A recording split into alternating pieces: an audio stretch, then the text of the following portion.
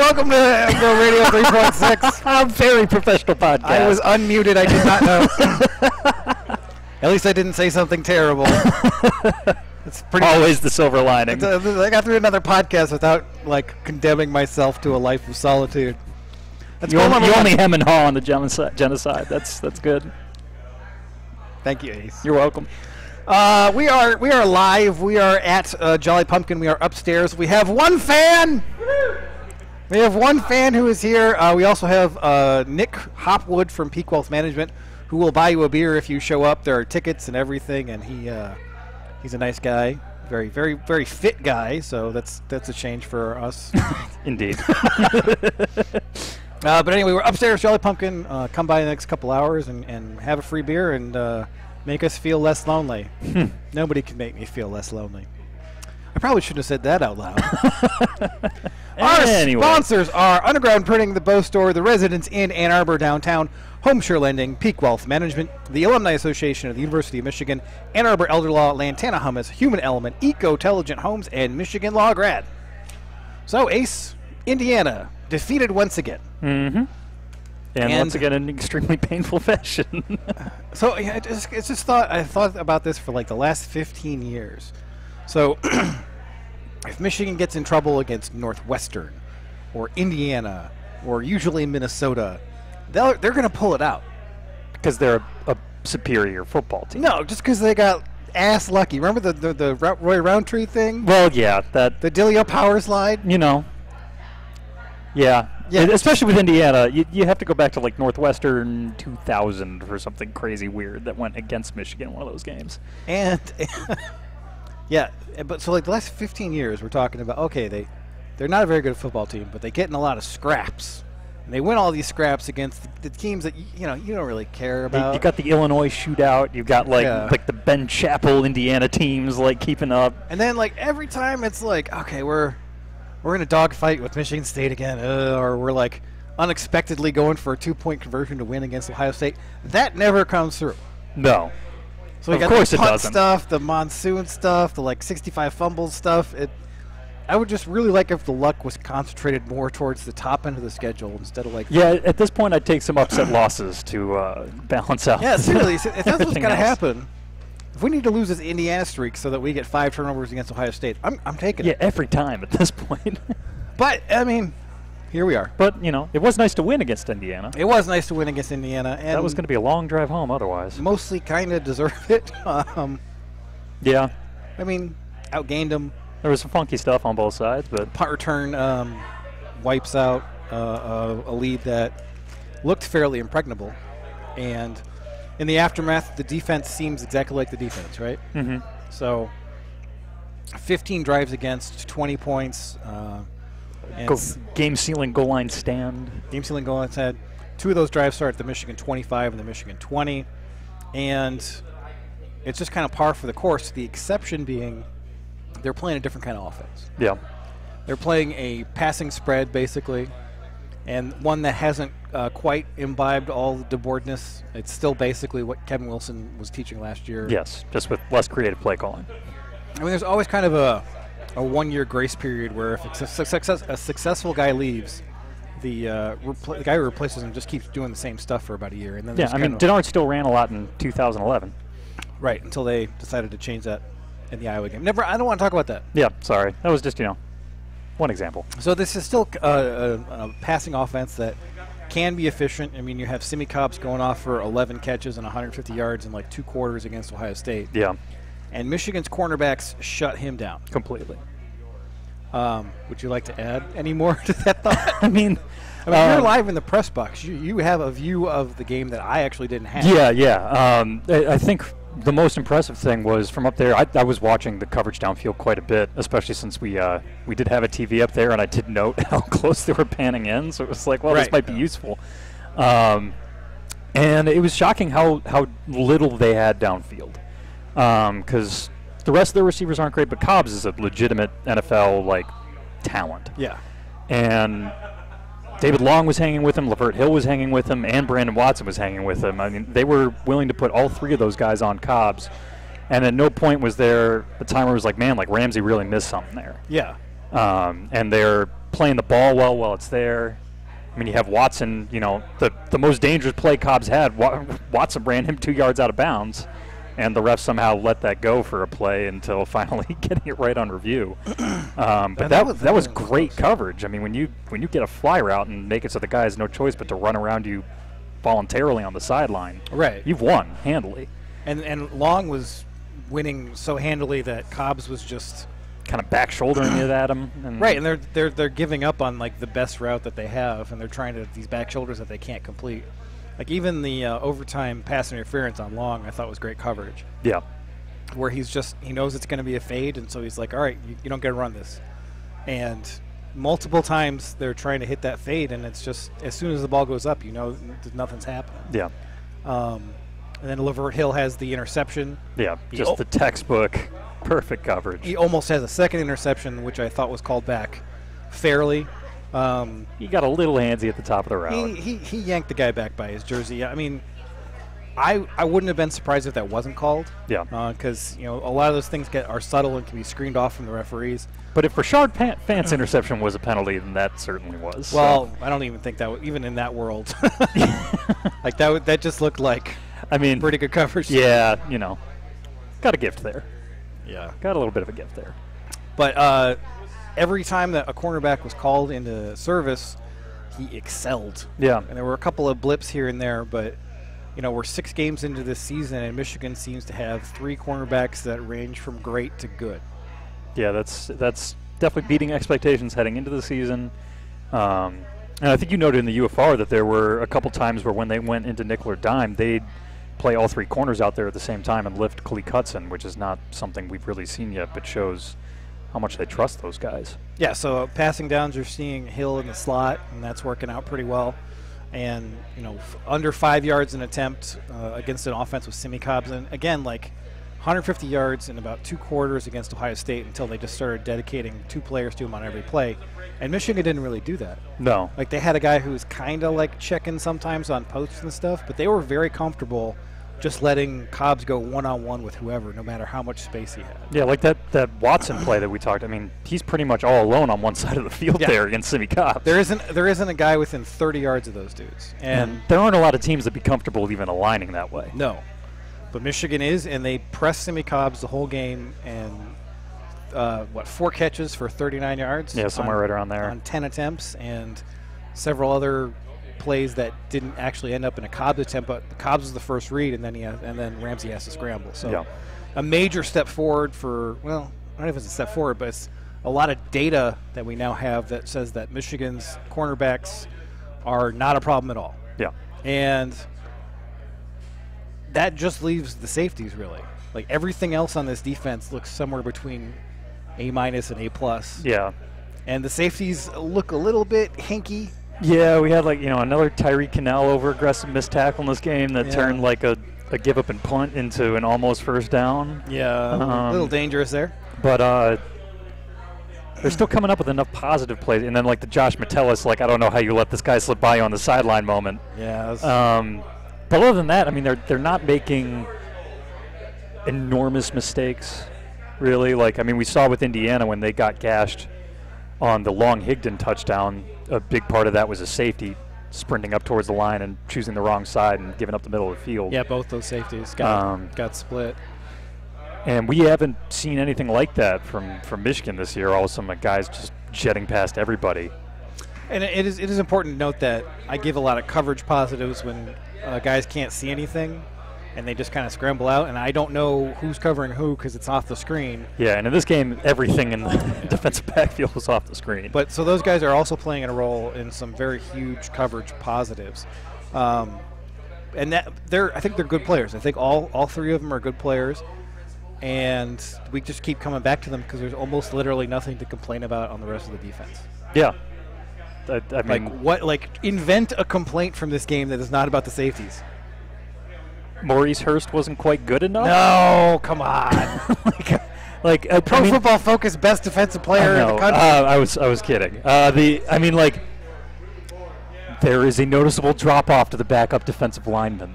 That's it. That's actually the most reasonable complaint that's not about the safety. It's a real one, and it's mostly about how good the starting defensive line is, but also Indiana did get a touchdown drive where they tempoed and got Carlo Kemp and Aubrey Solomon stuck on the field. Yeah, and I mean Solomon had one bad play in there where he wasn't ready for tempo. He had a good play. Also had a good play, yeah.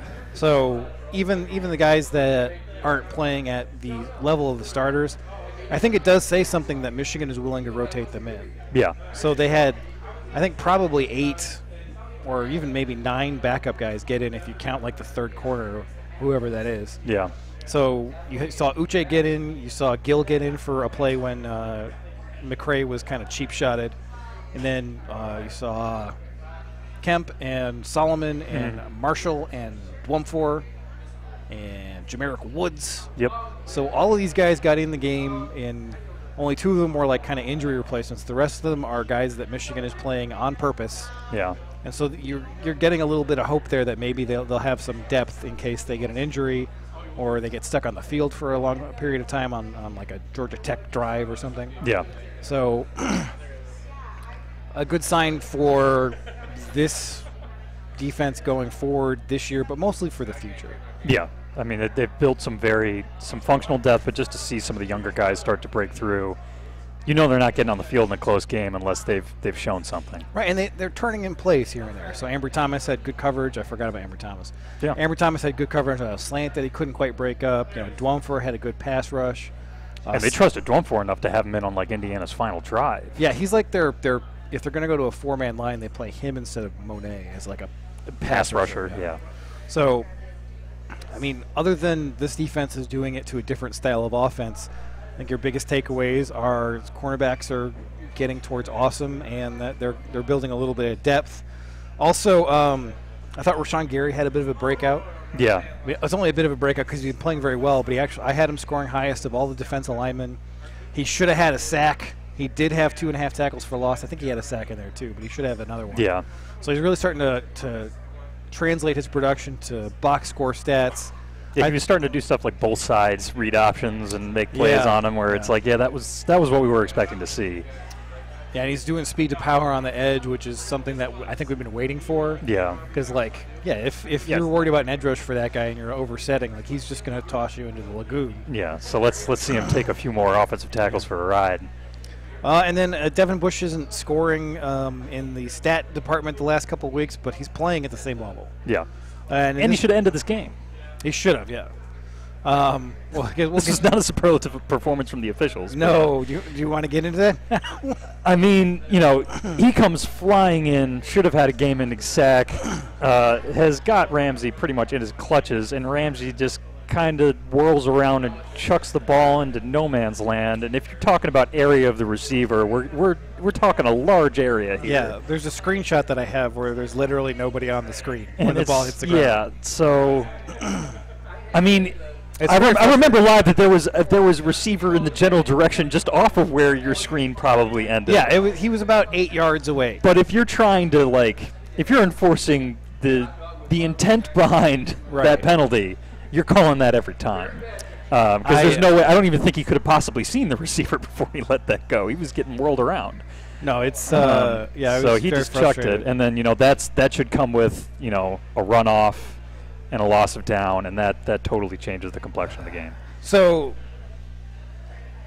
my favorite thing from the referees in this game was after the Maurice Hurst personal foul, they marked off 13 yards.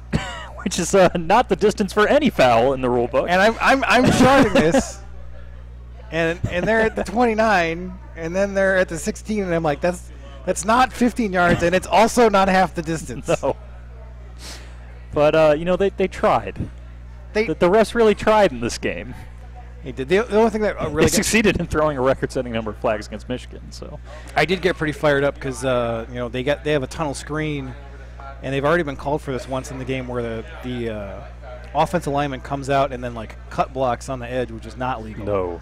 And McCray takes one right on his knee, and I think you understand that's what why knocks him it's out. not legal. Yeah. And he goes out for a play, and I'm like, that didn't look like he did something terrible, but if he accidentally gets that leg caught and plants, he could be out for the year. Yeah. And they don't call that, and I'm like. You guys saw that earlier. What's happening? It's one thing if it's pass interference. It's another thing entirely if it's player safety. Yeah. I mean, that's a player safety issue, and that should be a major black mark on them. And there are many other very frustrating and comical things, like the Metellus thing. Yeah. The receiver went out of bounds. It was a grim refereeing performance. Yeah, and it wasn't just like we mentioned there. Rashard Fant got hit with one of the most BS pass interference calls I've ever seen. And Michigan, so it was going both ways. A couple of holding calls. They did. That were extreme holding calls. A little bit obvious. Meanwhile, the offense. If we must. So, the thing that really leapt out at me as I was doing this game is the way that Michigan kind of dumbed down their passing offense. Yeah. So, a ton of max protection, a ton of 1-2 receiver routes, and 1.5 receiver routes sometimes, and if O'Korn can't make a second read on something with 2 receivers, I don't know what you can do with him. Yeah, that's a high school passing game at that point, and he's not really executing it. So I don't know what you're supposed to build off of that. But that was rough to watch. I mean, we discussed it ad nauseum, but the 2-man route where he misses Gentry, right, just kind of summed up that game. At least from a passing offense perspective, and that is all day to survey. There's 2 options. One of them's got 2 guys on him. One of them's got pretty much nobody. I mean, if he doesn't have a quick hook, then I don't know what's going on at this point. Well, one thing that kind of leapt out to me once I started doing it is the throws he didn't attempt. So Michigan has a lot of max protection stuff and play action, and it looks like on 2 or 3 separate plays, there are safeties at 8 yards, and they're stepping up once Michigan shows run action. Indiana was starting to get Air Force aggressive there a little bit. Right, and he doesn't load up and throw. Like, I assume that he's got Donovan Peoples-Jones on a post, and maybe he's covered, but he's single covered. And what's the point of these plays? Like, you've got this super athletic 5-star freshman who has track star speed and can jump out of the building. Throw it up to him. See what happens. Yeah. I mean, the worst thing that happens is you just functionally punted the ball, and since Michigan was doing a lot of that anyway, I mean, why not? Yeah, it was mystifying. It looked like a guy who didn't have a lot of faith in his command of the offense, and maybe not a lot of faith in his deep ball after he missed DPJ on a would-be touchdown early. I mean, he missed, but he didn't He didn't miss horribly, but it is hard to overthrow that guy. But true. And I don't know I'm just trying to come up with explanations for why he wouldn't throw these passes when they're the intent of the play. Yeah, and Michigan goes away from the passing game almost entirely in the second half, and that's a luxury they have because they're ahead. And the running game's actually working in this game too. Yeah, and I don't know if they can do that when they're behind. Like, if they get behind by 2 touchdowns against Penn State, they have to open it up. Yeah. And is that going to be O'Korn trying to make it work, or is it going to be more time for Brandon Peters? I don't know. I mean, I don't think that Brandon Peters is immediately going to be a revelation and much better than O'Korn. No, especially not if you're throwing him in against Penn State in a rough situation. I mean, Penn State's got a top 5 passing defense right now. That's a really hard situation to throw a kid into. So if you've got 10 points in the third quarter and you need to score, and you haven't been able to score at all since the Purdue game, it's at that point you might have to think about making a move. Yeah, absolutely. the better news on offense is that they did have a functional ground game. Didn't grade out as well in the blocking, but the running backs were collectively about plus 20, led by Karan Higdon. Got it right. Yeah, hey. First time. Who had like a plus 16 as he goes off for 200 yards. About, I'd say 50 of those were his and his alone. Yeah. He got some help. Michigan brought out that counter in the fourth quarter for the quickie touchdown drive. Yeah, and that 59-yard touchdown was beautifully blocked, in addition to being an RPS win. Yeah, and what really struck me about Higdon on that play is he just blew through those guys. Yeah, he's fast. As soon as he got past those guys, there was no question if he was going to get caught from behind. Yeah. And I know they're just Indiana safeties, but that looked like pretty good long speed to me. Yeah, he was doing the thing where, you look up at the scoreboard if it's in the end zone you're running towards to kind of, check your tail. Right. And it was totally unnecessary on that play. There was nobody within 20 yards of him. But he still took a peek. But I thought this was a super encouraging day in the run game, both because the offensive line, they may not have graded out as high as you first thought, but I thought they still had a pretty good game. Mike Onwenu is really coming on strong. But then to have the running backs actually creating their own yards, the overtime touchdown was a bust. Yeah. Patrick Kugler goes the wrong way, and Higdon has to just kind of, the first tackle just kind of, the defender doesn't expect you to bounce off your own center. But the second one, he legitimately jukes a guy to the ground and then gets the corner. That was pretty. A lot of my minuses were concentrated minuses, so it wasn't like, okay, they got 4 yards and this guy got a -1, and so the running game is kind of stagnant. There were some plays that got super blown up, and then there were. It almost seemed like they blew a couple line calls there potentially. Maybe. Definitely on. So there was like a 7-yard loss for Evans on Michigan's last play of regulation. Yeah. And, Kugler pulls, and then the guy that Kugler pulled away from just goes and runs directly at Chris Evans, and it's like, not ideal. No. And then Kugler makes a second error in overtime, and that's -5 for him. Yeah. And if you take that -5 out, it's like, he's hit our Mendoza line. Pretty solid, yeah. He's having a good day. It's just mental mistakes are cropping up with the frequency you might expect for a new starter in his case, or a true sophomore in Bredesen's. So, it wasn't great, but it was 61%, and that was definitely good enough for the running backs to go do some work. It was interesting to see that for the second straight week, Michigan split their zone versus gap carries about down the middle. Yeah. Like it was a slight edge to gap stuff, but... And this time they were blocking both relatively effectively? Yeah, inside zone, they had, I think, 12 inside zone or inside zone-ish plays, and 8 of them were successful, and a lot of those were 13, 16, 15-yard chunks. So what they were doing is they were spreading out the Indiana defensive line, and they got some extended doubles on guys, and then when they blitzed, Michigan was able to pick it up and just send guys direct to the second level. So progress, and we've been banging on Tim Drevno for a few weeks now, and the last couple weeks the offensive line has improved. They've managed to get something of a running game together, and the pass protection in this game was, it's kind of an incomplete, right? Because it's only 20 passes. There's so much max protection. Yeah, it's tough to really issue, especially since Indiana also kind of lacks a pass rush. But 0 sacks. I'll take it. 1 should have been sacked. Yeah, Alcorn did spin out of one, and then but make his best throw of the day. We saw Jawan Bushell-Beatty get beat a couple times, but they were like, okay, this guy got inside me, but I'm still pushing him. Yeah. He wasn't getting totally wrecked. You only give him 2 protection minuses, and that's for him, we'll take it. Against any team in any situation, I think that's progress at right tackle. Sustainable progress, I'm not going to say that. But you are seeing the we'll offensive find out line a lot more this weekend. Come together a little bit. They had a good performance last week. They had a decent performance this week. You're seeing the backs be a little bit more aware of where they should go. And Penn State enters this game with a middling run defense.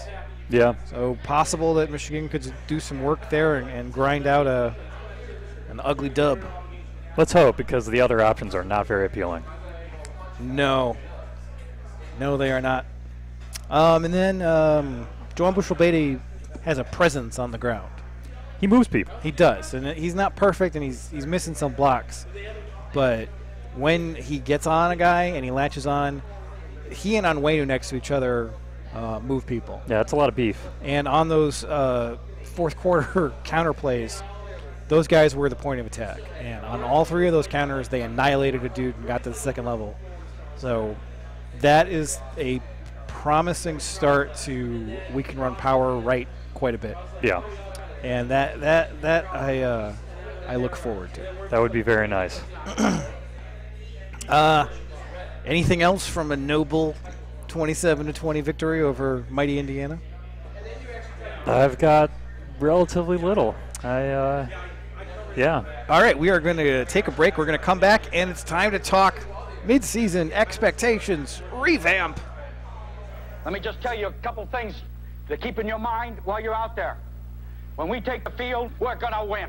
We've got big goals. We've got big ideas. We've got to win this game, and there is no game on the remainder of our schedule more important than the one you're going down to the tunnel to play today. Now let's go. Let's go. Underground Printing is proud to present the Bow Store. Visit us at our new location at 333 South Main or online at www.bow.team.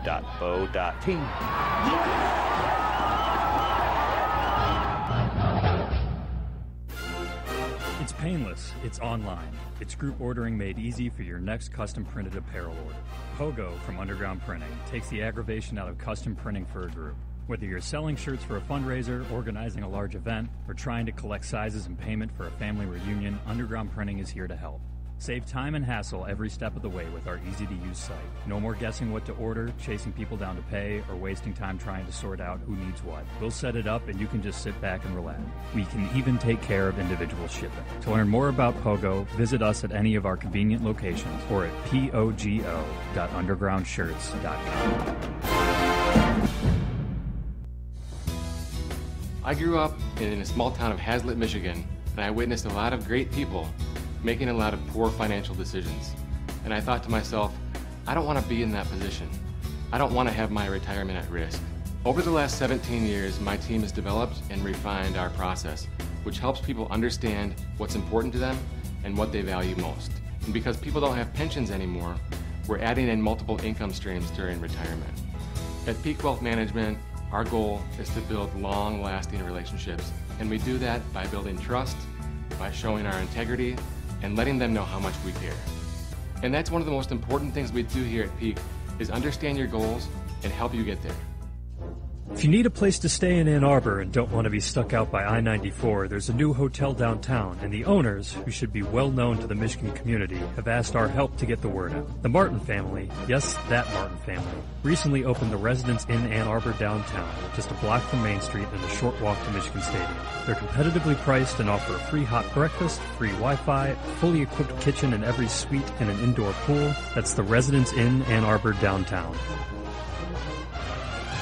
In southeastern Michigan, the yearly cost for a nursing home averages $90,000. It doesn't have to, though. Reed McCarthy founded Ann Arbor Elder Law after handling a tricky situation for his own family.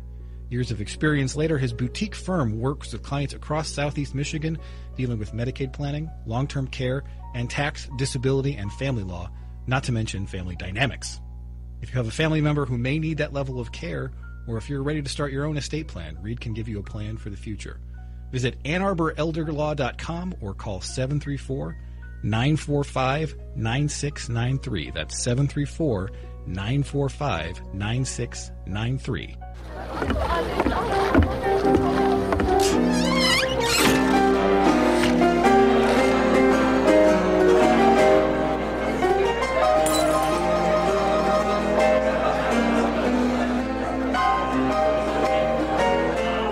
It's like a prospecting rave. Yeah, I feel like I'm about to get into an old-timey bar fight. Oh, yeah, that's good.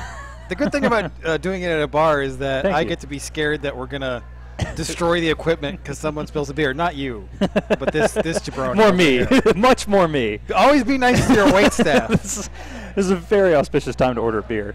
Yeah. On my part. Well done. That's right as we're heading into that. At least you can't sound any drunker. Oh. Heyo. What, I don't know. I'm sorry. I'm the chief enunciator. That's a bad sign if that's true. If I'm sounding super drunk all the time. That's true. All right, it's midseason. Michigan has 6 games in the books. They are 5-1. Mm-hmm. Everybody is very upset about this. And I thought we would kind of like sound each other out, just like how are we feeling? How are we feeling relative to what we thought before the season? We kind of did a this week's obsession about it, but I don't think I got all my thoughts out. No, same here. No, you didn't. So got some thoughts. How are your feels? I mean, it's definitely below the defense is probably at or above where I expected it to be. It's got to be above, right? Shit. I mean, the cornerbacks definitely. I mean, we talked about earlier. They're a lot better than we thought they would be. Yeah, like Zorge is like, these guys suck. I hate these guys. I mean, I was of the mind, knowing kind of Lavert Hill's background, that I thought Zordich was trying to light a fire on him. He was like, Lavert's fine. Lavert's fine. These other guys are jabronis. But, like, this was... I mean, especially, like, we did not expect Watson to come on this strong. Oh. We thought, we thought the loss of Keith Washington was going to be a real significant thing, and we have not even really noticed it. I totally forgot he existed. Yeah, so that's about where the defense has come. Oh, right, that guy. Yeah. So, I mean... And, like, Winovich has been better than expected. Hurst has been every bit as good as we thought he would be. I mean, our expectations for Winovich were high, but he has been awesome. Bush came in above expectation. I mean, this is... I mean, maybe the only guys you could say from, like, a counting standpoint aren't where we thought they would be are Hudson and Gary. And that's more just the defense being really good as a whole than those guys doing anything wrong. Yeah, I mean, Hudson had a couple sacks in a game, and now they're just like, why don't you go cover people? And occasionally we'll blitz you. It's not like he needs to be involved in the TFL. No, he's not exactly getting used like that spot has been used before by Don Brown, because he doesn't need that person to do everything. Well, and I mean, we're running a 3-3-5. Yeah, no, it's wild. It's really wild. Nobody knew about. Yeah. Now we got the defense was so banged up that Mo Hurst even saw some time at nose tackle. But we didn't really have a hint of that. And it has been better than expected. I mean, so the brilliant part about this is they have Brian Monet, and Brian Monet is a functional player, yes, but a limited player. And he's also 330 pounds, and they don't have any backup for him. So he's a guy whose snaps you maybe want to limit a little bit, especially given his injury history. So they gave half his snaps to Noah Furbush, who looked like a fish without a home in a Don Brown defense. Yeah. And now he's basically just he's like a defensive lineman on wheels, where you just kind of put him wherever you want in the line. Yeah, I consider him a defensive fullback. And it's just a brilliant solution to a problem that Michigan had with DT depth. Yeah. And I love Don Brown for many, many reasons, and this is like number 2. Yeah. I mean, busting out the 3-5 stack. Right. And having it work beautifully. I'm watching in the opener, I just start laughing because I'm like, this is Rich Rod's defense. Because, like, not only does it solve your DT depth issue, but it also, like, unlocks Devin Bush because you're lining him up an extra couple yards off the line of scrimmage, keeping him clean and letting him just go sideline to sideline. And you're making it so, like, you can never really anticipate where a rush is coming from either. And then he gets to do all this funky stuff with weird overloaded fronts and stuff like that. Yeah, and nobody is able to run inside. That's like, okay, we only have 3 defensive linemen. Our nose tackle's 280 pounds. We're using a linebacker who's like 250 to make up for that. Okay, where's the weakness? You would think. Directly up the gut, let's just run it down their throats. That's not how it works. It's not how it works. No. So, God bless Don Brown. I think, okay, defensive line, expectations, up, down, same. I think they're even better than I expected, which is really saying something. I think they're the same because I expected them to be just completely awesome. That's fair. Linebacker level, up, down, same. Definitely up. I did not think Bush would be this good this quickly. I thought he'd be good, but I mean, man, he's been awesome. He's making some appearances on some midseason All-American lists. And McCray, he's had some ups and downs, but for the most part, he's been on the positive side of the ledger. Quite positive. He had one rough game against Cincinnati. Yeah. Bizarrely. Yeah. They got him out in space a few times, and since then he's been good. I would say up. And then we've even seen Devin Gill has looked okay when he's come through and played some snaps. Robo got that forced fumble when he comes in. They do have some functional depth there. They haven't needed it. No. But they do seem to have it. And the secondary, up, down, or the same? Up. Very, very way up. I mean, because the safeties were also a point of concern as well as the cornerback. We just had Tyreek Cannell's the old man of this group, and they have been excellent. Special teams, Quinn Nordine comes in and is immediately like the best kicker in the country. Yeah, so that's an up because college kickers, you never know. But they actually haven't blocked any punts. They may have forced a couple of short ones against Michigan State. Yeah. They have the one touchdown return from Donovan Peoples-Jones. They give one up to Indiana. Their kickoff coverage is irrelevant. It sure is. Well, it's good because of the Foog.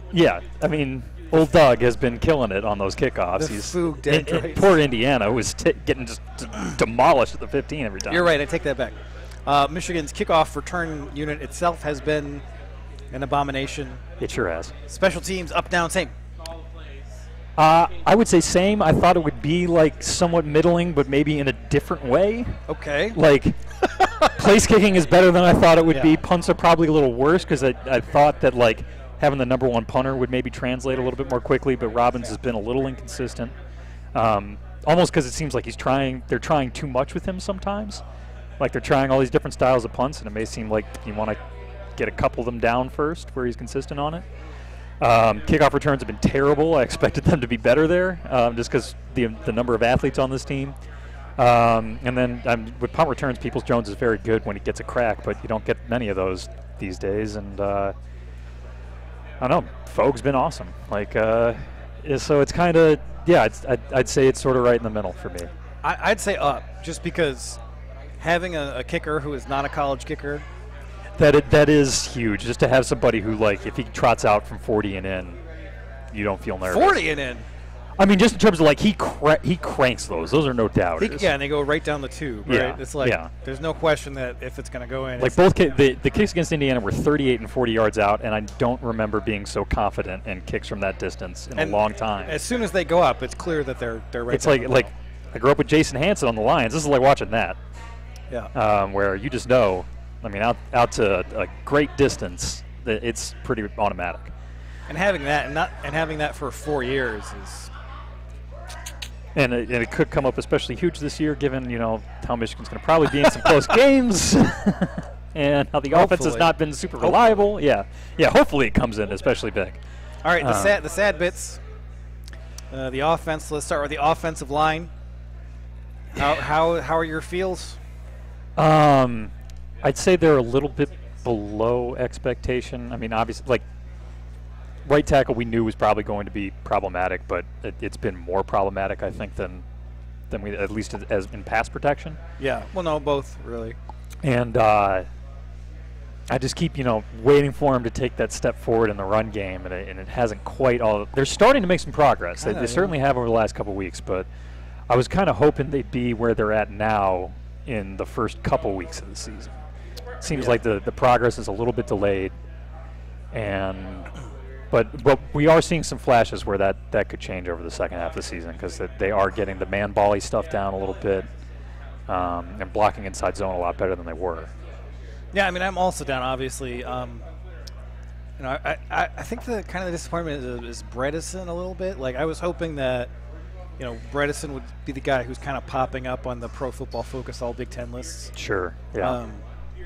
And it's great that Onwenu is, and Bredesen definitely has had his moments. He's much better than he was last year. I don't think there's any question about that. But he's had a fair number of mental mistakes and hasn't been as physically dominant as Onwenu. So Onwenu makes up for his mental mistakes because twice a game he locks onto somebody. A neutron star. just throws him into the sideline. So he's got more margin for error. And I was hoping Bredesen would come through a little bit, and then obviously right tackle was.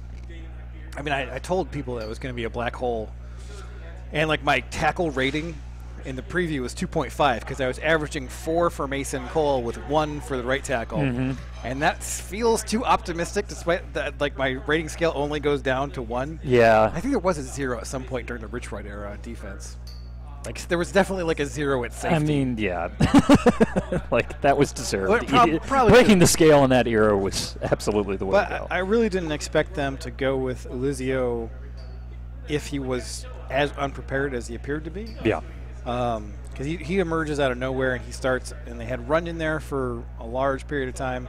They had JBB there, and yeah, it just seems like Olizio is kind of like the no-win middle ground between Runyon and JBB. kind of, yeah. And that's an odd choice, especially when like you have time in the preseason to maybe see if you can flip Bradison out and stick somebody at guard. I mean, we talked about this a lot. I mean, it kind of feels like the coaching staff like was a message board fan talking about a quarterback with right tackle. Yeah. Where it's like, this guy sucks, and this guy sucks.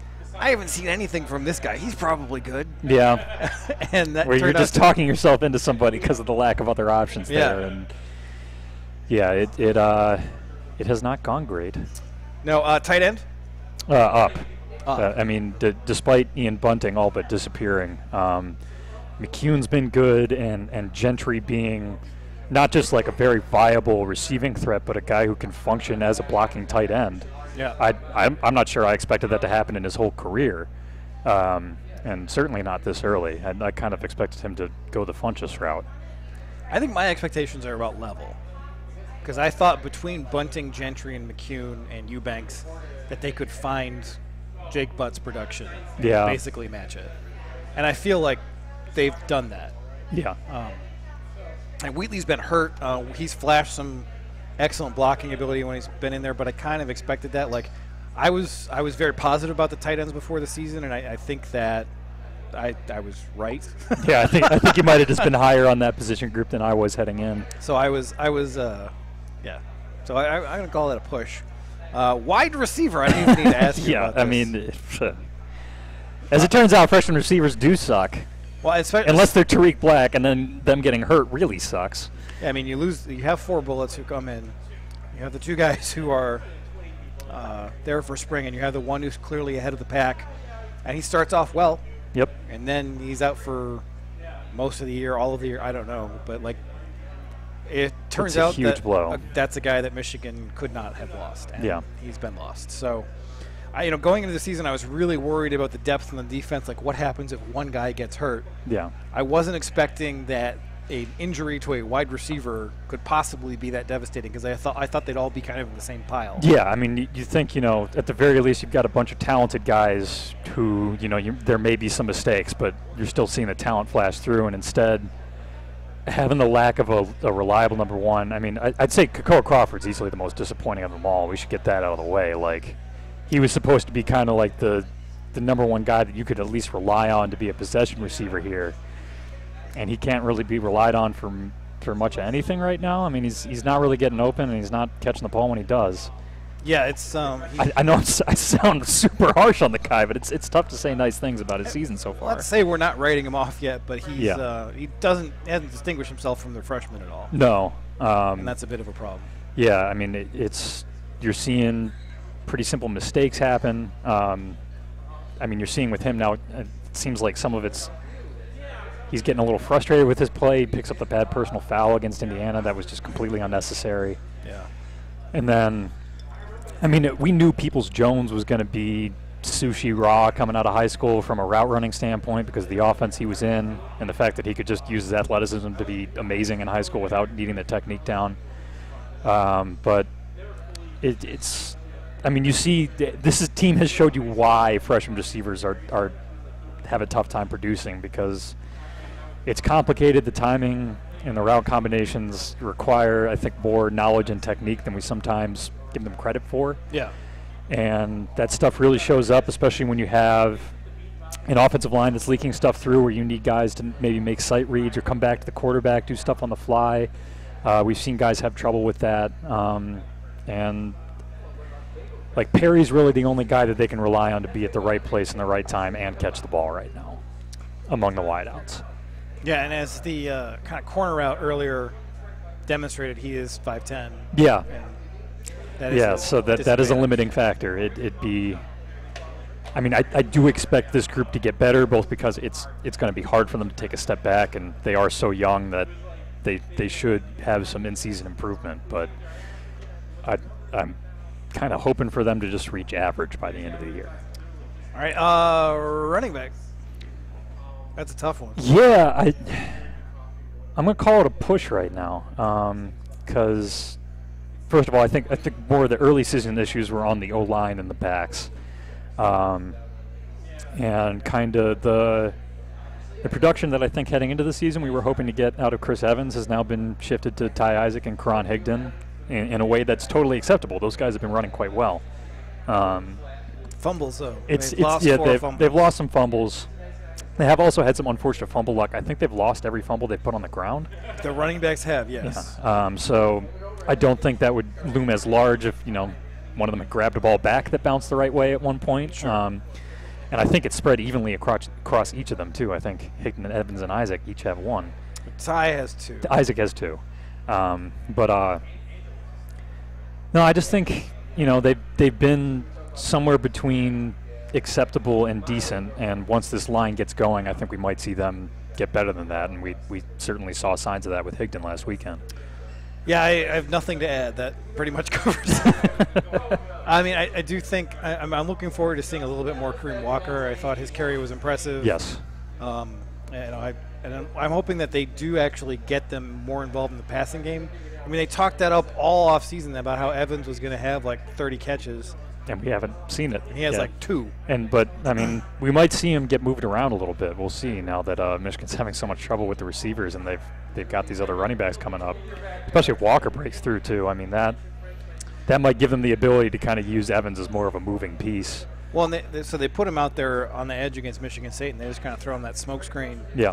And he gets Chris Frey he breaks his ankles and picks up like 17 yards. Like I wouldn't mind seeing that again. Get him in space and just see what he can do. Yeah, because especially since the receiving corps doesn't have a lot of that. I mean, you've got Peoples-Jones, but you have McDoom, but he's kind of a still a bit limited at this point. Still a bit of a tip. If we're talking about like dump offs and screens and like little doofy things, then he can do that. That's true. But if you'd like to be able to do that with your base personnel, and McDoom is kind of just a big flashing sign saying we're about to do some frippery. I know, but they don't have to give it to him. So yeah. I don't know. They can run him on a go route, and someone has to cover him. Yeah, just don't throw it. Just don't throw it. Just don't freaking throw it. And then is that a good transition to the other position we need to do stocks on? I don't remember any other positions in football. I think Fair enough. Covered them Let's all. Move on. No, we should talk about the quarterback. Obviously, a huge disappointment. Yeah, I mean, it was a disappointment when Spate was still healthy, and now there's been, I would say, a significant drop-off in terms of ability to run the offense. And honestly, everything that has gone right has been offset by the fact that their quarterbacks can't get up to 6 yards in attempt. Yeah. And that's why I thought 10-2 going into the season. And if we had last year's Wilton Spate, I'd be feeling awesome about that. Yes. Also, Michigan would be undefeated. Yeah. And without that, you're looking at, okay, you're 5-1 already. You got Rutgers, you got Minnesota, you have Maryland, all of whom have as bad quarterback situations or worse than you do. Yep. And they don't have this defense. You should win all those games. And then it's about, can you steal one from Penn State, Wisconsin, or Ohio State? Can you steal 2? Yeah. I think all 3 is a lost cause. I would agree with that. But I think they can play well enough to beat one of those teams. Yeah, and I mean, as we discussed a little bit earlier, there really hasn't been a game in recent memory, a big game where Michigan has had the breaks go their way. Yeah. And with this defense and how good they are and how they should be forcing a lot of those breaks. All the small games. It feels like they're overdue for one. We'll see. You keep waiting for that. You go to the bus stop of Michigan gets the breaks in a big game, and you wait there for the bus, and you tell me how many years it takes for the bus to show up. Believe it or not, I've been hanging around that bus stop a while myself, and it's been bleak. But I think this is the end of this segment. I think so too. All right, we're gonna take a break, and we're going to come back with a gimmicky top 5. That's all the things we love about Penn State. No, seriously, that's what we did. The places you'll go may seem far from Ann Arbor, from San Francisco to St. Louis to Shanghai. But as members of the Alumni Association, we're never far, because Michigan is more than a place. It's a mindset that connects us. For those who leave Michigan, but for whom Michigan never leaves, this is where you belong. The Alumni Association of the University of Michigan. Join today at umalumni.com. If you're looking for a mortgage and you're a Michigan fan, there's only one place to go. HomeSure Lending. Both fair and honest, HomeSure Lending is local, efficient, and small enough so you'll work directly with the owner, Matt Demarest. Matt bleeds maize and blue, and so does his family. Hey, this is Matt Demarest. I'm the owner of HomeSure Lending. We're a small, local, family-owned business, and so I'm here with a couple of members of my family, Cooper and Colby, my boys. Cooper, how old are you, buddy? 9. Colby, what about you? 7.5. Who's the best team in the whole country? Michigan! Can I get a Go Blue? Go Blue! We're a family business here in Ann Arbor. I'd love to serve you and your family with any of your mortgage needs.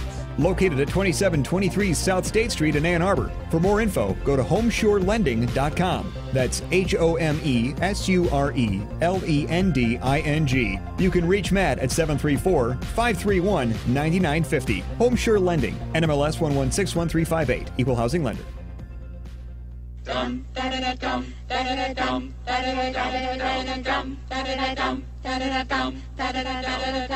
If you find yourself on the wrong side of the law in Ann Arbor or around Metro Detroit, you want a Michigan man in the huddle. Call former prosecutor and now criminal defense attorney Jonathan Paul at 248-924-9458 or visit his website, michiganlawgrad.com.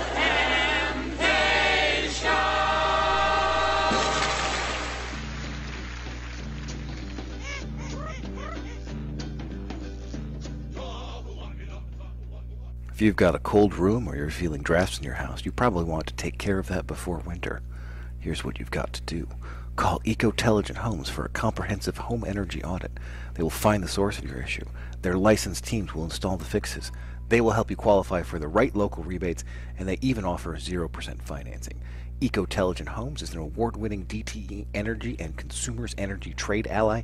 Call 248-291-7815 or visit their website at ecotelligenthomes.com. If you need a place to stay in Ann Arbor and don't want to be stuck out by I-94, there's a new hotel downtown, and the owners, who should be well known to the Michigan community, have asked our help to get the word out. The Martin family, yes, that Martin family, recently opened the Residence Inn Ann Arbor downtown, just a block from Main Street and a short walk to Michigan Stadium. They're competitively priced and offer a free hot breakfast, free Wi-Fi, a fully equipped kitchen in every suite, and an indoor pool. That's the Residence Inn Ann Arbor downtown.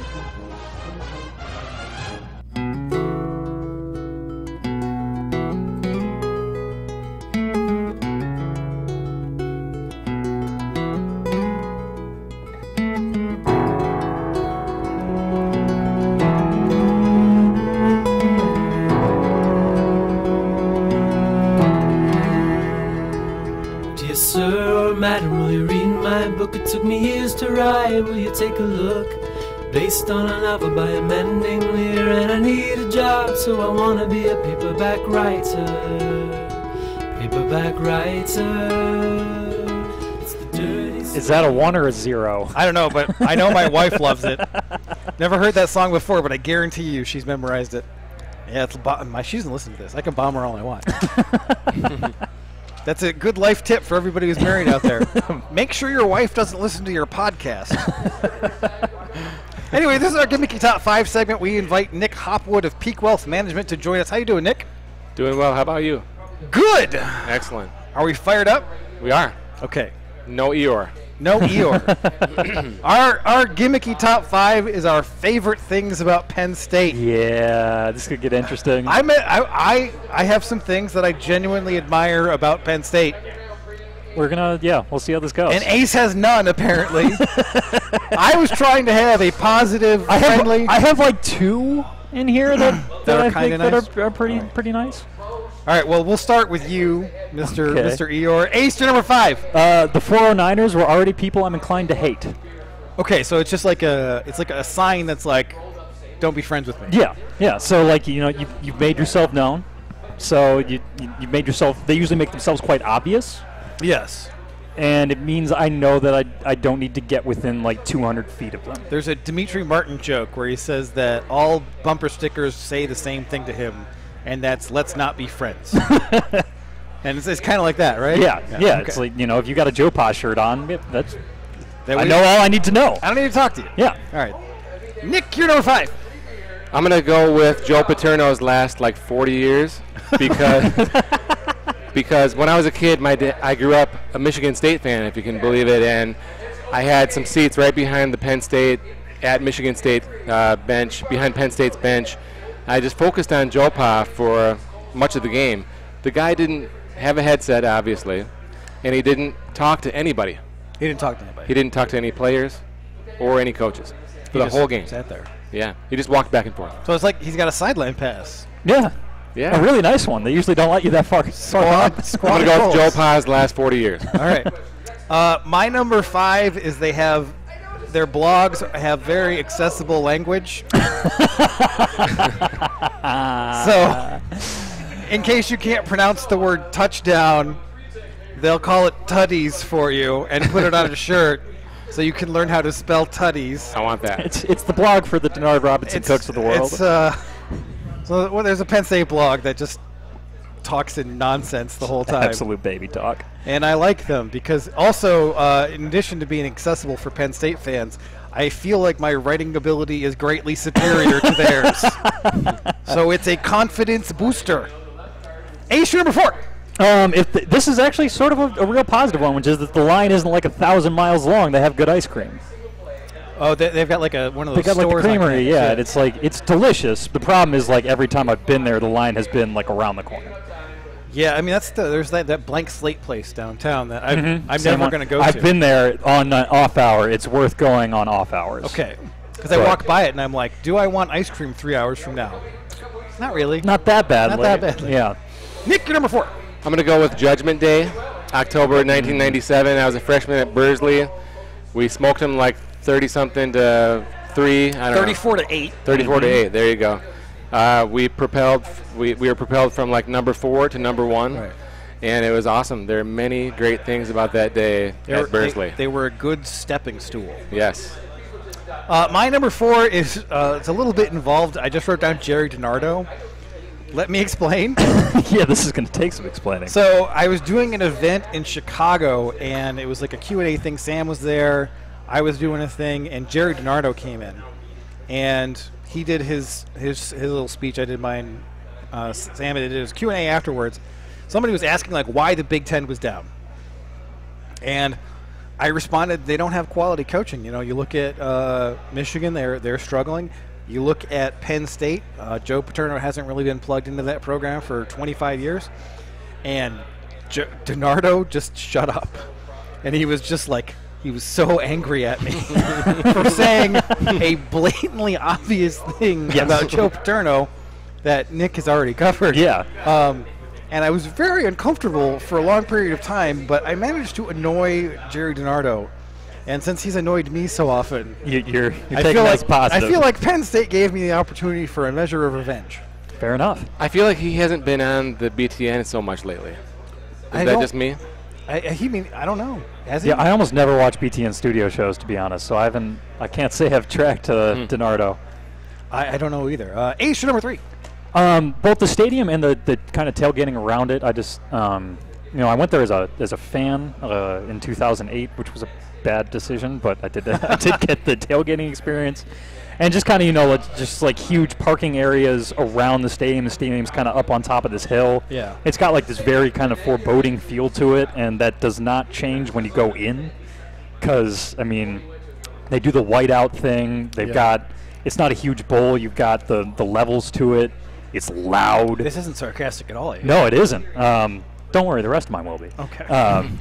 No, it's a cool stadium to go to as a fan and check out, and they do bring it as a fan base for big games. They really do. Nick, you're number 3. My number 3 is the 9 wins in a row. We were talking about this before the recording started. Yeah. We maybe won the first one, then lost a couple, and then from 97 until 07, we won 9 straight. So I feel like we own them. The real heyday of the Zombie Nation We Own Penn State chant. Yeah, we own them, yes. So, which I look forward to renewing in the future should we ever be so fortunate. We're on a 3-game win streak right now. Yeah. Are we? Yes. Good Lord. Yeah. How about that? Yeah. Yeah, we won. The year we lost to Maryland and Rutgers, we ended up beating Penn State. Well, their hockey team annihilated us, so I can't do it. You're the only one who would make that Equivocation. No, you felt it when they did it because it was just like you just felt gross for a day, even though you didn't watch the game. My number 3 is no uniforms with a Z. Fair. They're one. They barely even have uniforms with an S. They're one of those teams like Alabama, Texas. They're just like, nah, we're good. We're not gonna wear like alligator costumes. We're not gonna like wear libertarian female costumes. I saw a tweet where like there was a Katniss Everdeen costume that was like libertarian female because it was unlicensed. Okay. There was like the Northwestern like Renaissance Fair uniforms from a couple years back.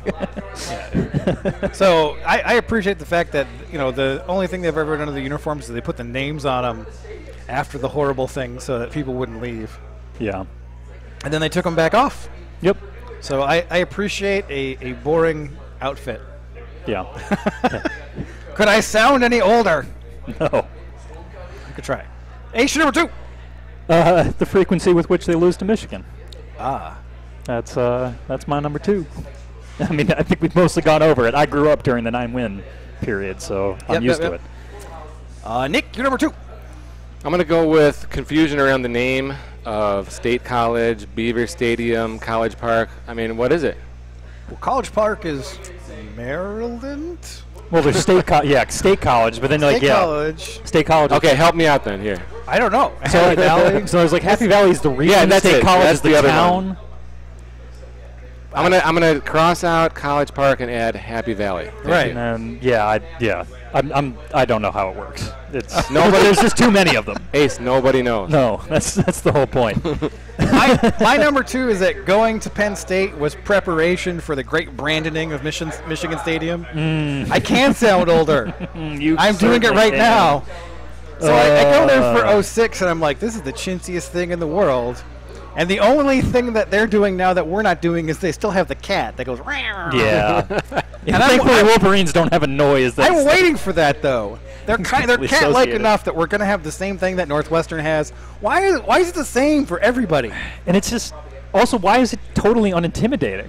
Like that's the thing I don't get. It's just that does not scare me. It is definitely like queer Nittany Lion for the straight Nittany Lion.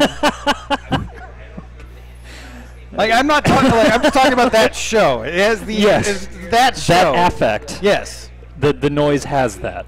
Yeah. You looked very terrified where that was going. There was a moment there where I wasn't sure. You were like, oh God, it's all coming to an end right now. Does he like? Well, I have a job Does he breathe fire or something? Just the sound? That's it? It's just the sound. I mean, I knew what we were in for as soon as I went to Penn State, and Brandon was like, yeah, they do a really great job, and I was like, here we go. 7 Nation Army. So they let me down easy, I guess. They prepped me. Ace, you're number 1. James Franklin's sad field goal. Just an excellent choice. That's it. It was so perfect. And also the Harbaugh gif resulting from the absolutely. Just Harbaugh. I had like 3 different gifs of Harbaugh looking incredulously at Penn State sideline after that because they kept cutting back to him and he kept getting more incredulous. It's beautiful. And didn't Franklin call a timeout a couple weeks ago to ice the kicker? Oh yeah, against Georgia State. It was like 56 to 0, and they were icing the kicker. He also had the timeout to avoid a half-yard penalty for the delay of game in the worst game-managed game of all time, possibly. Yeah. I still enjoy James Franklin's game management. There was that period where we're like, is Franklin a worse coach than Hoke, or is Hoke a worse coach than Franklin? And then Franklin hired Joe Moorhead. A question that is now resolved. Yes, we no longer have to discuss it. Nick, you're number 1. Well, I think it kind of piggybacks on Ace's number 3. I'm going to go with the whole parking situation. I've never been to a game in, we'll say, Happy Valley. But last summer we bought a travel trailer, an RV, a recreational vehicle. Wait, your parking's number 1 and you've never been there? Because I want to go there. I want to take the RV there, but there's nowhere to park it because they changed the parking. It's unavailable for me. So. And that's your favorite thing about Penn State? Yeah, I'm mad. Their lack of parking. I'm angry. Oh, so this is like sarcastic. This is sufficient. Yes. I got you. Thank you. This is sufficient motivation. You guys are not going to believe my number 1. No. It's parking. And Wi-Fi. Unbelievable. Because I have been there, and you drive up, and you get off the freeway. And you're there. And yeah, and you're there, and you're also on like the edge of a vast like plain of grass. Yeah. So you just park on the vast plain of grass, and then after the game, you get in your car, and you get on the highway, and you're done. That's it. There's no traffic. Yeah. And then the last time I went, I had the most beautiful Wi-Fi signal I've ever had in my life. Cellular signal, not Wi-Fi. I sat there and I looked at my phone and I had 5 bars and I wept with joy. At a football game. Until 27 for 27 kind of wiped that smile off my face. But I could tweet out my feelings. So there were some feelings. So Nick, Peak Wealth Management is a company that, let me guess, manages wealth. Yes, sir. What do you do? Like, what is your, like, how do you, what's going on, man? I'm good at this. It's a good question. Thank you. Thank you. Well, I think it all comes down to making good decisions, Brian. Just like you've done. Making good decisions. You looked at me very accusingly. You're like, making good decisions? It's like when I was a kid. I grew up, I witnessed people that I care about making bad decisions. Okay. So I was like, hey, I don't want to be like that. I don't want to put my retirement at risk. And then you kind of pay that forward. When you start realizing what are good decisions, you can help people make good decisions for themselves. So my goal when people walk out the door is to make sure that they understand that they're on the right track. And if they're not on the right track right now, they can make, with specific direction, changes to get back on track.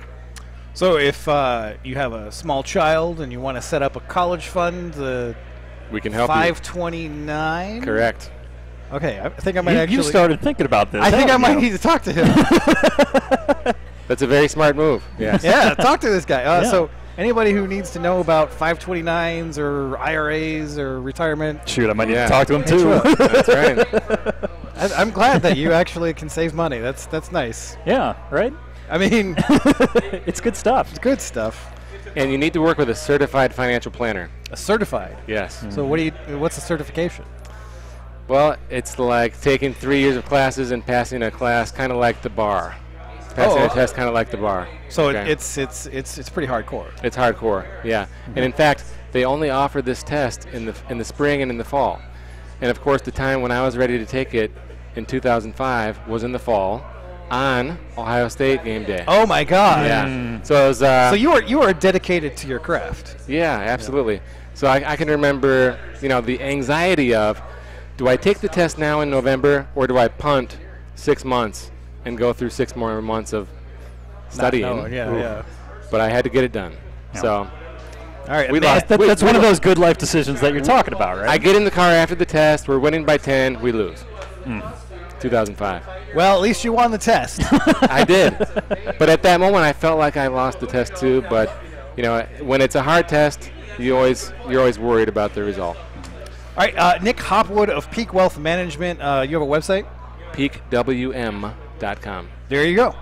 Hit him up, and of course, we love all our sponsors. And if you love us and you don't use him for your wealth management, we will be very sad. Mm-hmm.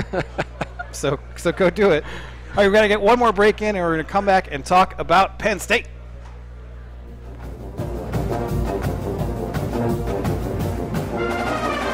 We have a lot in common. You rode the bus to Bursley, so did Larry Page, and so did I. And we all love MGoBlog. I'm Nick Hopwood, your MGo financial coach. My entire family went to Michigan State, but I was the smart one, finding my way to Ann Arbor to study econ. I've been a financial planner for 17 years, earning the designation Certified Financial Planner, and founded Peak Wealth Management in Plymouth. Oh, you're pretty smart, and you probably have a sweet retirement spreadsheet already. My job is to make sure. As a financial coach, I make sure you're on track, or if you're not on track, I tell you exactly what you're going to need to do. And if you listen, I'll be able to tell you how your future should look, just like the knowledge. And I have cool charts and graphs to tell the story, sort of like the mathlete. To learn more or schedule time to chat, check out peakwm.com/mgoblog. Let me just tell you a couple things to keep in your mind while you're out there. When we take the field, we're going to win. We've got big goals. We've got big ideas. We've got to win this game, and there is no game on the remainder of our schedule more important than the one you're going down to the tunnel to play today. Now let's go. Let's go. Underground Printing is proud to present the Bow Store. Visit us at our new location at 333 South Main or online at www.bow.team.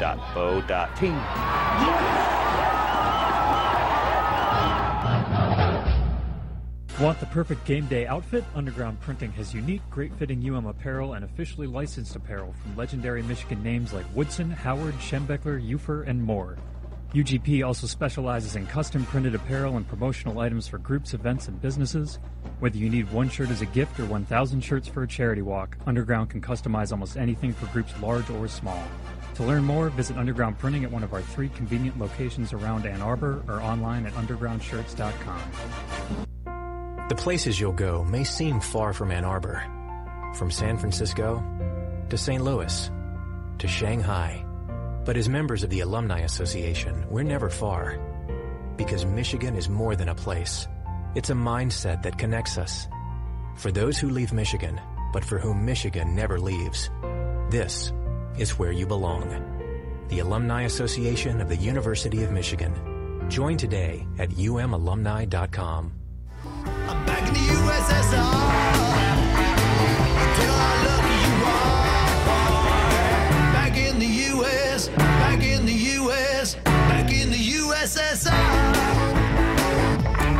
All the Ukraine girls really knock me out. They leave the West behind. The Moscow girls make me sing and shout. Very, who's the weird guy? The weird guy. Weird Al? No, not Weird Al. The weird guy with the piano.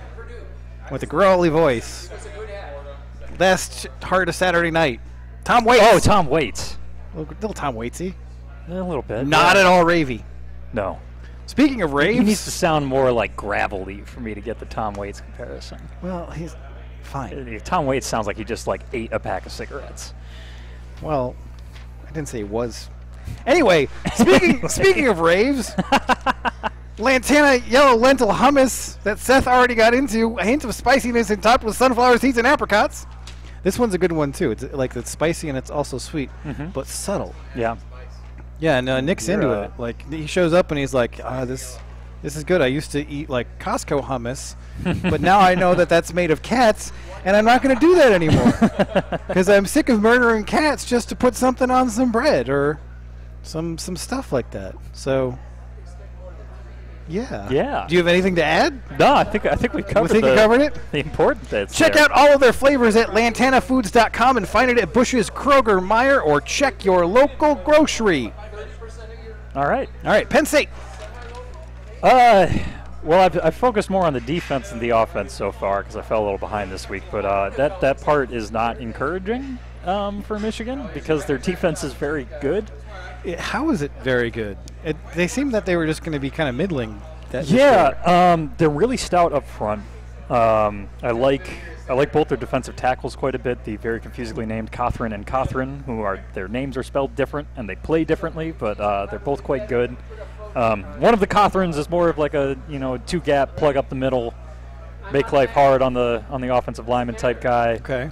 The other one's more like a 1-gap slash into the backfield, make some TFLs type, but they complement each other quite nicely. They've had a few other defensive linemen emerge because they lost their starting ends from last year, and that seemed like that might be a spot where it'd be a weak point. But Sharif Miller has really come on strong. He's already got 8 run stops at or behind the line of scrimmage. He had an awesome game against Iowa. Pulled down Akram Wadley for a safety on a toss play that they called from the 1, which was maybe not the best call, but it was a very athletic play by Sharif Miller. Is he getting to the quarterback? Not a ton. I mean, most of their ability to get to the QB is based on blitzing. Okay. So that's really thankfully for Michigan, kind of the weak point of their defense is that they don't have much of an organic pass rush. And in fact, their best rush package is when they get opponents in a 3rd and long, and they're able to bring in Kevin Givens at DT, who's he had kind of a Hurstian pressure rating last year as a redshirt freshman. And he's still a limited player. They still mostly use him as just a pass rush specialist, but he's a guy where if you single him up on the inside, and Iowa tried that once, he beat a guy pretty badly and forced an incompletion. So you can get a little bit from that, but mostly they're blitzing in order to get pressure on the quarterback. But they're good at it. They bring pressure from all angles. They have a top 5 havoc rate from their top 3 havoc rate from their defensive backs, and that's not all just knocking balls away. Okay. So they will blitz the defensive back from the slot a lot. They'll blitz those overhang linebackers, and Brent Pry gets creative in figuring out ways to put some pressure on.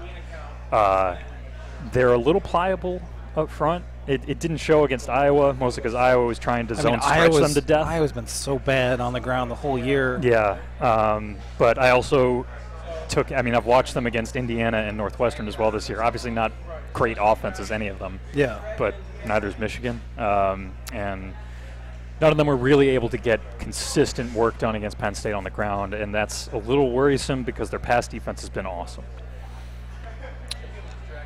But they're not grading out that well as a run defense, right? They're like 40th or something. Yeah, they're 44th, but they're 10th in success rate. Okay. So they're busting? They'll occasionally bust something big. Okay. But they're 15th in stuff rate. Like they will hit you in the backfield a fair amount. Okay. They're good up front. They will sometimes get caught when they get a little over aggressive, and I think that's where some of the big plays come in. But the Iowa game was a little bit depressing to watch because they weren't able to get anything going through the air, and Penn State started playing defense like Air Force does, where their linebackers and safeties are stepping forward at the snap, and that just ruined Iowa's running game, and they weren't able to effectively counter that until way late, and it was really too late by then. But they not too late. Yeah, too early in fact. But this was a game where, when I go over Penn State's offense, it'll become clear that Penn State should have won this game by multiple scores, but turnovers kept Iowa in this. Penn State gained like 600 yards against them. Yeah, this was a defensive effort that should have resulted in a multi-score victory. And it's going to take some RPS things to really kind of get to them because, and that's how Iowa did it late, is they caught Penn State trying something cute by playing their strong side end as a defensive tackle, opened up a huge gap and got a touchdown that way on the ground. And the other one was a screen pass that caught Penn State in the blitz. And then their backup safety did a poor job of trying to hold down Akram Wadley in the open field. But they're not that burly on the defensive line. Do you think like Onwenu and JBB could move guys? Yeah, I think they could do that a little bit with the strong side end Buchholz. He's just a redshirt sophomore. He's 275 pounds, and he's playing strong side end. I think you can move that guy a little bit. I was hoping to see more of Sharif Miller get moved off the ball, but he just seems pretty darn good. Okay. And their tackles both run a little bit over 300 pounds and are pretty stout inside. So straight up the gut's going to be tough, especially since they've also got Jason Kabinda, their middle linebacker, firing into gaps. This is a good defense. It's a top 10 national defense. So they have a couple of stars in their secondary. Grant Haley is, he's basically, who's the guy from Maryland a few years Will back? Likely? Yeah, he's just Will Likely too. Yeah, he's more of a pure outside guy. Well, he can play the slot too, but Will Likely was kind of a pure nickel by the end of his career. Yeah. Haley, I still don't know entirely how he does it because the Iowa game, they didn't even test him, and we had one of those ESPN producers who didn't feel like showing the secondary too often. Yeah. But opponents have a passer rating of 6.7 targeting him, which at that point you should just spike the ball. So he's been really good. He's either been really good or really lucky. Okay, hear me out though. Wide receiver Zach Gentry. I'd like that matchup. The problem is they also have a 6'1" corner in Christian Campbell who they could theoretically put on such a wide out. Okay. And wide receiver Zach Gentry, and then on the other side, wide receiver Nick Eubanks. Or Donovan Peoples-Jones. Yeah, I could. Maybe. I'd like less to see, insanely. Yeah, I mean, if they can get a matchup where they get a big guy on Haley and a fast guy on Campbell, that's kind of how you want it to shake out. Campbell's a taller corner and kind of in that Jeremy Clark, Channing Stripling mold where you might be able to get on top of him. You might catch him. Yeah, you might catch him trying to use his length a little bit too much. He's definitely the guy that opponents try to go at more, but opponent passer rating against him is hanging around 45, so that's not great either. Okay, but like who they played? Like Iowa? They have not played a impressive slate of offenses. Clayton Thorson? They play. I mean, they played Pitt. They played Akron. They played Georgia State, and they played Indiana Northwestern. I mean, they haven't seen the likes of John O'Corn. That sounded better in my head. I'm sure it did. Yeah. So it's. I mean, it's going to be tough sledding against these guys. And I think it's going to come down to whether Michigan breaks a couple big plays. I mean, I don't think they're going to be able to consistently grind it out. And then it comes down to either having a new play on the ground that you break out like they did last week where they had that counter work so well, or getting Peoples-Jones over the top of somebody, or getting a screen that gets a big gain, some sort of misdirection. They do get aggressive, and they do get even more aggressive when they think that you can't pass. I get the feeling they're going to get that feeling. So Michigan might catch them when that starts happening, but it's really going to take some rock, paper, scissors wins and hitting a deep shot and like connecting when you get those, because Michigan's going to have a few chances to make things happen in this game. All right, other side of the ball, obviously the headliner is Saquon Barkley, but I mean the last couple of games Barkley hasn't even cracked 100 yards. Like Northwestern bottom up, Indiana bottom up. I mean, this kind of points back to their offensive line just still isn't where it really needs to be, right? Yeah, no, they've had trouble there. They've had 3 different starters already at right tackle. Sounds familiar. Yeah, so that has been denoted as a sore spot in the film chart that'll go up tomorrow. And nobody on that offensive line that really stands out as excellent either. So there are plays where their offensive line will kind of get reset into the backfield because they're not super strong up front. And there are busted assignments out there, too. So they've been trying out some new things. But, I mean, Saquon Barkley has to make a lot happen on his own. The problem is he's incredibly capable of doing that. I mean, it sounds familiar. That's what he did last year. Michigan bottled him up, and then they pop him out of the backfield and get him on McCray, and that's like a 30-yard chunk before halftime. Yeah, and they've been using him a ton as a receiver this year. So Michigan's going to have to be very aware of their matchups. How many catches does he have? He has 29 on 32 targets. Good God. And he's averaging 13.6 yards a catch. So I don't know what you do about that, because it's hard to stop him from catching the ball because they run him on a little flare or a screen or whatever. You're not going to cut that off. I mean, just have Devin Bush follow him around, I guess? I think that's what you got to do. But, yeah, I mean, he's a bona fide Heisman contender for a reason. He's not. I mean, you can't get like 58 yards against Indiana and be a Heisman contender when Bryce Love is setting everybody's face. I don't know, man. He's averaging 6.4 yards a carry behind this line. What is Bryce Love averaging? Probably over 10 yards a carry. It's ridiculous. What do Heisman voters look at? I mean, just the numbers. But they also go to bed at like 10 o'clock Eastern. Yeah. So I don't know, man. I don't know, especially with the Stanford team that isn't like climbing up the polls. Regardless, Barkley is getting billed as like a top 5 pick in the NFL draft next year, and if I was an NFL team, I'd break the don't draft a running back high mold to get him. So he's really freaking good. Their passing game has kind of taken a step back from last year in terms of just raw, big play output. It has. They haven't really been able to replace Chris Godwin as a pure, just obvious downfield threat who's going to win a ton of jump balls. And Mike Gesicki has taken a step back this year. He's only averaging 6.3 yards a target, and he was somebody last year who was a real downfield threat for them. So I don't know what the deal is with whether he's hurt or whether something's holding him back, but he hasn't been the reliable big play guy that they've been used to. They have had Juwan Johnson emerge. He was kind of the star of spring. He caught the winning touchdown against Iowa. He's a 6'4", 225-pound receiver. He's very much in the Godwin mold, and he's been coming on strong of late. So we'll see. He could eventually be that guy, but he's not at Godwin's level yet, and that was kind of a one-for-one replacement for them. And the rest is like Deshaun Hamilton's a good slot receiver who's also kind of dangerous downfield. DeAndre Tompkins and Saeed Blacknall don't look similar, but they're kind of interchangeable at the other outside spot. They've got some talent, but they definitely lost something with Godwin. So I mean, this offense feels like one that Michigan can shut down. Oh, absolutely. Like it's going to be like, can Barkley do something ridiculous? Can McSorley hit a deep shot?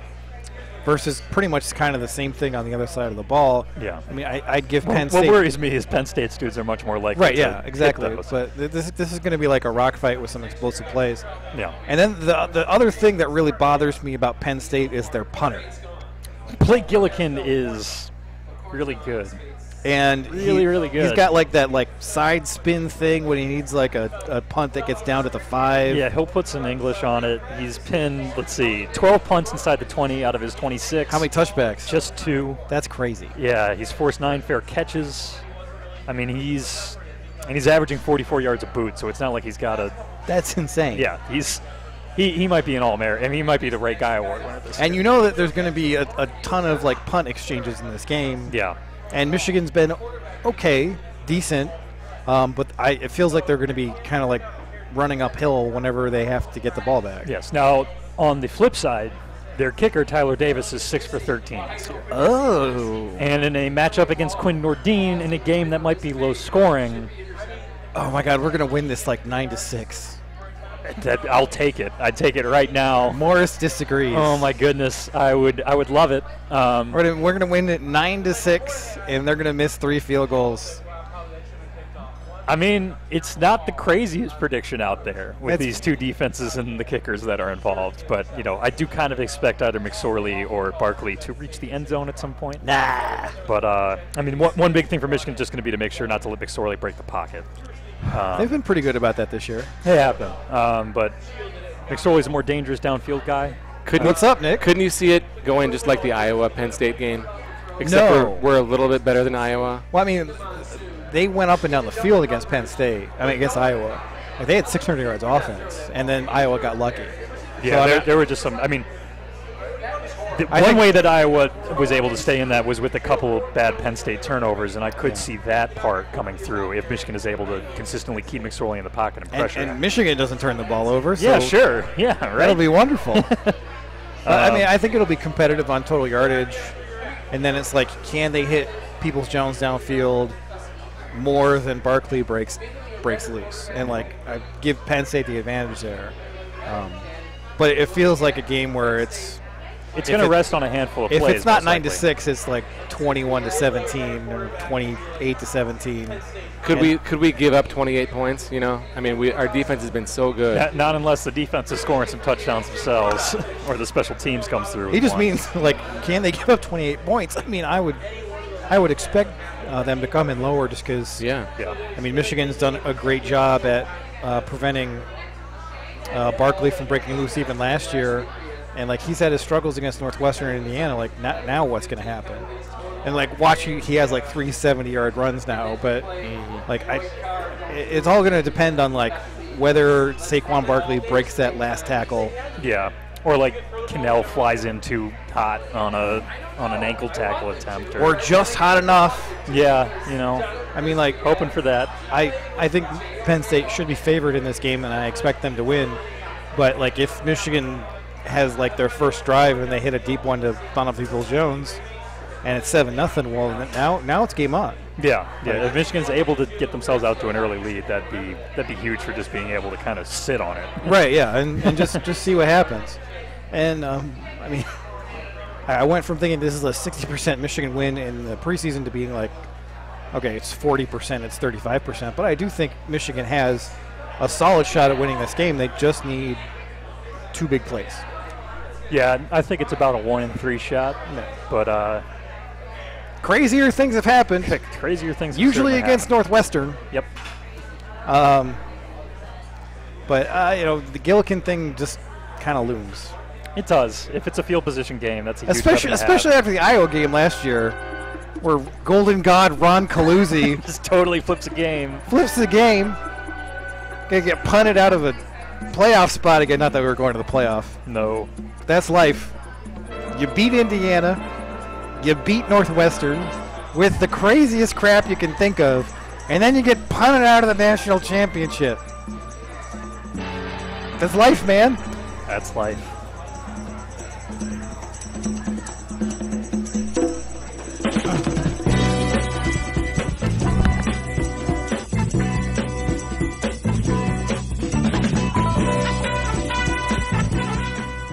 We would like to thank our sponsors. They are Underground Printing, the Bow Store, the Residence Inn Ann Arbor Downtown, HomeSure Lending, Peak Wealth Management, the Alumni Association of the University of Michigan, Ann Arbor Elder Law, Lantana Hummus, Human Element, Ecotelligent Homes, and Michigan Law Grad.